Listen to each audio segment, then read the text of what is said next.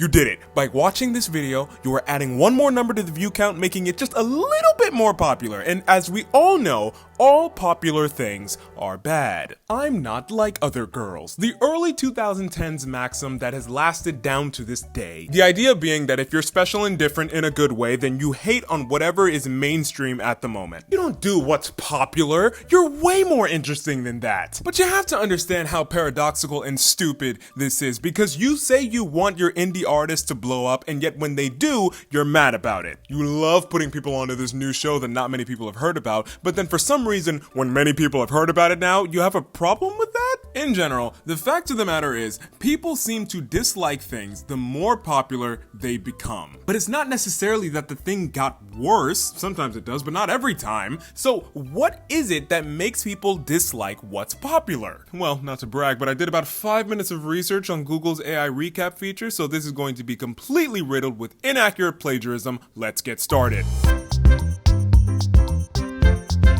This is a group, and this is you. Now, you can be in the group if you like, but if you choose not to be, there's only 3 other options for you to take. You can either think that you are above the group, below the group, or equal to the group. Now, the mature thing to do, of course, would be to realize that different people can have different interests, and that does not make them better than you or you better than them. But this is the internet. Maturity has no place here. And of course, you would never want to feel less than the other people. So if you're not going to be equal and you're not going to be the same, the only solution is to believe that because your opinion is different, it is above the rest. So you have chosen to exclude yourself from the group because they simply cannot live up to the standard that you set. You are better than them. You don't make the rules, this is just what it is. This can happen even with the indie route that you chose. So the thing that you loved, you no longer like as much because it has now become mainstream. It's simply not as cool anymore. It can't be truly put into words, but I'm gonna try anyway. There is a weird pride and satisfaction from being the odd man out. You can easily assume that because your tastes are different, they are better, because everyone is stupid, and therefore if everyone agrees that something is good, that thing must be stupid. Is that true? No, not always. I heard somebody put it a really good way. Let's say you ask someone, hey, what's your favorite food spot? And they told you McDonald's. Now compare that to somebody else who says their favorite spot is this hole-in-the-wall mom and pop shop that's in their neighborhood. Which answer do you think is cooler? Okay, yeah, obviously it's the second one. Okay, but another question.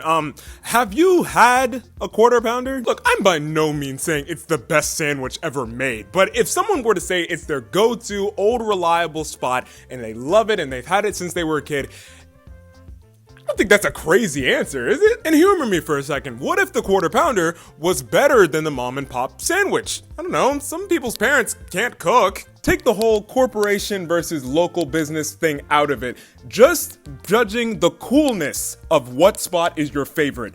Why is the smaller spot more cool to like than the bigger one? Based on that, the objection to McDonald's would be simply its commonness alone. And who are we kidding? We see this all the time. You know it, I know it, everyone knows it. If you're into things that are less heard of and underground, you're simply gonna look cooler. It doesn't speak to the quality of the thing that is less known or more known.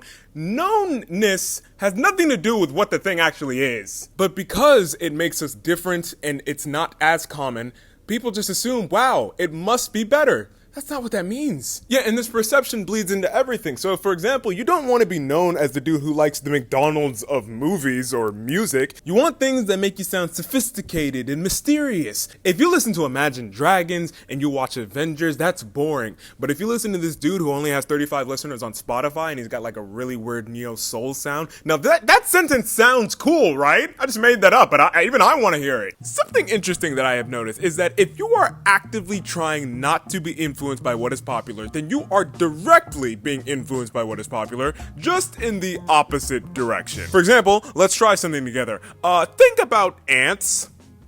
Little crawly things with the hills. Yeah, think about ants. Now, at this moment in time, you have 3 options. You can either choose to think about ants, you can choose not to think about ants, or you can generally not care and do whatever you want. Now, if you are going for option 2 and directly trying to disobey what I said, trying to not think about ants, then you are directly being influenced by what I said. You're gonna let me tell you not to think about ants? Cool. Now think about Windows 95. Think about a cooler. Think about a Bluetooth speaker. See, now you're trying to delicately dodge everything I told you to think about. You're being directly influenced by my instructions, just in the opposite direction. And so too with popularity. If you are trying to not like what is popular, then you are letting what is popular decide what you like. You are going to decide not to like the Avengers movie because it is liked by so many other people. But what if the Avengers movie is actually awesome to you? You're deciding not to like it because somebody told you to think about ants and you thought you were being a rebel. No, you're being an idiot. While we're on the subject of people wanting to be different so they can look better, I'm just gonna throw this into the ring. Whenever a celebrity or otherwise famous person comes out as being a bad person and then they say, I always had a bad feeling about them, to put this nicely with all due respect, unless you have time-stamped receipts of your dislike for this person, I'm going to have to ask you to shut up. Really? You've always had this feeling about them and you only wanted to share that when everyone else had this feeling about them? Really? Prove it. Who do you have a feeling about right now, oh wise oracle? Since you can just predict these things, give me your guesses at this very moment in time. Don't wait until the thing happens and then say you always knew. Prove you knew it now. Make your predictions for future bad people now, or shut up and never do it again. We also have to keep in mind, sometimes we decide that we don't like something even before we give it a fair chance. Why do we do this? Well, you can think about it like this. I, at this moment in time, do not like Taylor Swift. I don't hate her. I have no problems with her as a person. I just have not sat down and listened to her music, and I don't think I really will in the near future. Why do I do that with her, or really why does anybody do that with anything? Well, one reason is that the fan base surrounding it is not maybe something we want to be a part of. A lot of times we're never really introduced to like a trending artist purely through their creative works alone. It has to be delivered to us by their fan base. The chances I'm going to stumble upon their official account, it's possible but not probable, but the chances that I'm going to stumble into a fan account or just a regular account of a person who's just posting that person, way more likely. Simply because there's just so many of them, and all of them put together kind of create the culture that this person is that the right way of phrasing it? Let me explain. I think a good example of this is that everything I know about Tyler, the Creator, I have learned completely against my will. The snippets of his songs that I've heard, every interview, every edit put to things he's said or things he's done, all of it has been given to me without me looking for it, by his fans. So even though I've only, I think, once listened to his official music on like his Apple Music page, I've heard of him a lot. I know the songs, I know the interview clips, I know his vibe, I know the culture of the people he surrounds himself. I was going on a roll there. I just messed up that sentence. Got a good feel for him, and he had almost nothing to directly do with it. Because his fan base created a space that I thought was chill. It was a cool vibe. I liked it, and now I'm kind of sort of including myself in there. The memes and the trends and really the whole lifestyle surrounding him is something that I liked. The one surrounding Taylor, however, I just don't understand. Sweetie, no, don't drool on the steering wheel, no. There is nothing that any human can create to make this reaction natural. Some people are truly, by definition, just overhyped, which can annoy even a normal fan, let alone somebody who didn't even really like it in the first place. I do like that one song, Marjorie, from Taylor Swift. I don't even know how I found it. I'm not saying she's a bad artist, but some of these, y'all gotta chill with her. Now, sometimes public opinion isn't always wrong. For example, look at the following picture. Which line on the left would you say is closest to the length of the line on the right? Now, this is from a study done a while ago. As you can guess, the answer is obviously B, and 92% of people did get it right. The study was just trying to make a really obvious point that people can agree on things that require basic perception. But what happens when it becomes a bit more abstract? What about what makes a song good? What level of perception does that require, and is that agreeable among people? It's hard to form genuine personal opinions about things when you are constantly bombarded with the opinions of everyone else. Like, for example, if you lived on Earth alone, you would make up 100% of the opinions on Earth. It would just be you and only you, meaning you would never have to feel insecure about it or be confronted by other people's opinions. This is it. This is all it is. Now, if you lived in like, I don't know, like a small community pre-internet, maybe you'd make up, let's say about 5% of your of opinions, right? Yeah. And then 95% would be other people's opinions. Now, obviously, a huge shift in the ratios, but you still make up a decent chunk. Like your family and your friends and everybody else you knew in real life, their opinions would still be there and influence yours, but you'd still have some reason to feel confident in yours. Like you'd still make up a decent chunk of the opinions in the community. But online, between everyone's opinion, that's you. I can't even draw the second thing to make like a wedge. You don't get a wedge. That's it. That's all you get. Because 99.9999% of opinions on the internet are other people's opinions. Meaning, no matter what you think, there are millions of people waiting to tell you that your opinion is wrong. If you think a movie was good or you think a song was bad, no, it wasn't. You know why? Because they say so. So the easiest thing to never have to feel wrong or feel like you're outside of the whole community is to just agree with whatever they say.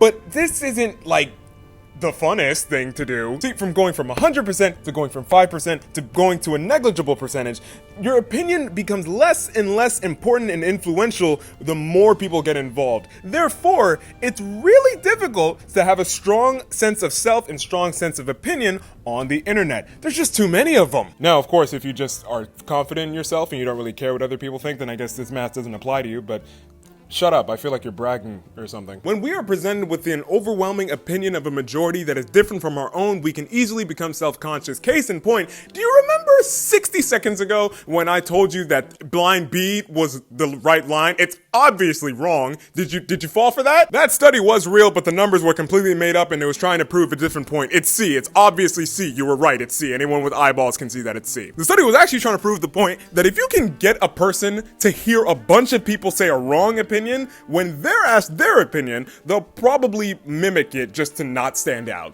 So although most of you probably either weren't paying attention, you could clearly see that I was lying from the start, or you're only now realizing that, oh, you were wrong, the small percentage of you that actually saw it and saw me say it was B, and then you started to think about whether it was B or C, did you get self-conscious for a minute? Did you pause the video? Did you say to yourself, wait, is that right? Did you, for a second, just a little bit start thinking, wait, am I wrong here? Hey, maybe you didn't, but maybe you did. And that's the point. Because you knew it was C, but you could see that other people were obviously saying something else, you started to doubt yourself. If an overwhelming majority agrees that your perception of a thing is wrong, are all of them wrong? Or just me? I find it so fascinating that two videos can have pretty much the exact same concept and have two completely different reactions in the comment section. So much so that it's gotten to the point, and I really hope this isn't just me, sometimes I will hold off on having an opinion about a video until I check the comment section to see what my opinion is supposed to be. It's just happened so many times. You scroll upon a video that you think is going to be all jokes, haha, it's just for the funnies, and then you go in the comment section, people are very serious, they're very upset about what's taking place, they're writing essays with sources. It's not a fun time. But then you stumble upon a video of like, I don't know, a girl having a bad day, and you think everybody is gonna be in the comments consoling her and giving her advice and cheering her on, and then they are just mercilessly ripping her to shreds. Just an endless slew of skull emojis and just put the fries in the bag and just other things that just, look, they're funny, but I feel bad for this girl. Like, who decides what the consensus for these videos will be? Because at this point, I find it too difficult to guess. I've just gotten so tired of having an opinion and then going in a comment section and everyone tell me that that opinion is wrong. So I'll just wait until I see what the general consensus is, and then I'll just pretend that that was how I felt the whole time. Look, being a hater is a pastime and a culture. It's a great way of life, except that, no it isn't. Look, I'm not gonna lie, it can be fun sometimes. Like, if you have a friend that is accomplishing something, you can't let them think all that much of themselves. You have to find some way to nitpick it. Like, yeah, I guess you graduated with your master's today, but aren't you like 30? If that's how you want to spend your time, as long as you're happy, bro. But I mean, wow. That's a prime example right there. Doesn't that sound like a fulfilling life? Sure, but but you have to know when to turn it off. Look, it's good for jokes and the ha-has every now and then. It's camaraderie, we're messing around with each other, but when you are actively looking for ways to nitpick at other people's lives and accomplishments, you are a loser. A quote that changed my perspective a while ago, by a while ago I mean a week ago, is you'll never find a hater doing better than you. Often when you make it your life's work to hate on other people's successes, you rarely can find joy in yours. Because it is hard to love yourself when you are so good at hating everything else. Because hating is a trained skill. You didn't come out the womb with the ability to nitpick beyond reason and belief. You had to find a way to spin positives into negatives and make wins seem like losses. This is something you worked hard for. You think you just woke up like that? You think you just fell out of a coconut tree? You learned how to do that, and you learned to do it well. In fact, you're so good at it, you practice on yourself. Like, you are so good at not liking everything that everyone else is into. But let me ask you this, Sherlock. Do you like yourself? Sometimes you can just let people have their fun and understand that you don't need to be a part of everything. Like, we were all having a nice conversation about a fun topic we all enjoyed, and you felt the need to interrupt that to inform us that you did not find enjoyment in the thing we were talking about. Okay? You want a cookie? What was that for? On the other side of being influenced by other people's opinions, keep this in mind. On the internet, really anywhere in media, attention is a commodity, so people will often opt to do what most gets a reaction out of an audience. This will often come in the form of superlatives. People will always say that X is the best, or that this is the worst Y in history. But is it really the best? Or is it really the worst? Or is it just pretty good and pretty bad? Like, at certain points, it seems like exaggeration like that should be considered lying, but it isn't. And that type of behavior can bleed into our opinions. We feel that they have to be on absolute sides of a spectrum. Why does an opinion need to be an absolute for it to matter? It doesn't. Most things are just okay in the long run. That's fine. Ugh. It is just such a lazy approach, though, to be guided by the masses on what you should think about everything. I think a good way of explaining it is like this. Do you remember playing Bejeweled? Really, you can insert any mobile puzzle game, but I just like Bejeweled. I was thinking about that, so we're gonna go with this one. Have you ever been playing one of those games and just have a ridiculous stock of power-ups? Just so much. We're talking hundreds, if not thousands. Why do you even have this many? That many? Now, when you reach a point where you finally start to use them, when you reach a hard level, what ends up happening? There are no more hard levels, because if you can just keep tapping power-ups over and over and over and over and over again, you're going to win with no thought and no effort. The game has no more meaning because it is so ridiculously stupid, a blindfolded toddler could do it. Really, it doesn't even need to be a hard level. If you just get slightly annoyed, you'll just keep spamming them and you'll win. At this point, the game is easier and you are winning. But at what cost? At this point, this is no longer a puzzle game, because you're no longer having to think critically and wisely use each move and think ahead. It's just you tapping colorful buttons on a glass screen and winning, in reality, nothing. Is it easier? Yes. But at this point, what are you even doing? It's the same thing with other people's opinions. Is it easier to just agree with what everyone else online says? Absolutely. But what is that opinion then? It's not yours. Because if you keep doing this, yeah, it's easier, but you're no longer critically thinking. Like, did you really dislike that song? Or did you just say that you did because everyone else said that they did? Like, actually give it a listen, start to finish, if you want. And if you do, you may discover, like, whoa, I actually kind of like that. Then you may find out, hey, I think I actually like this artist. And then you'll start listening to their stuff, and then you'll fall in love with them, and then you'll listen to their discography, and you'll come up with your favorite songs from them. You can maybe go to their shows, one of their concerts. You can start forming memories based on these songs, and those are all experiences you're having because you decided that it wasn't enough for other people to say that they didn't like it. You wanted to decide if you actually didn't like it. Look, I'm not saying you should go commit arson just because a bunch of other people say it's not good, but you want to see what the hype is all about. I'm just saying, you don't have to do that every time. Jump on a bandwagon, try something new. You might like it, I don't know. I feel like I have to abundantly make this clear. Don't commit crimes or do anything serious. I'm talking about, like, trying a different genre of films, not like, ruining lives in any significant way. Now, the following is a dumb question, but I feel it's kind of funny, so I'm gonna ask it. Is this video, would you say it's part of the problem? The practice of hating on what's popular has become so popular that it came to my attention. So, I am hating on what's popular. That being the practice of hating on what is popular. Does that make sense? The only reason I am making a video disparaging people who hate on what is popular is because the practice of hating on what is popular has now become popular, and I, myself, am hating on that popular thing. That is, hating on popular things. The snake is eating its own tail.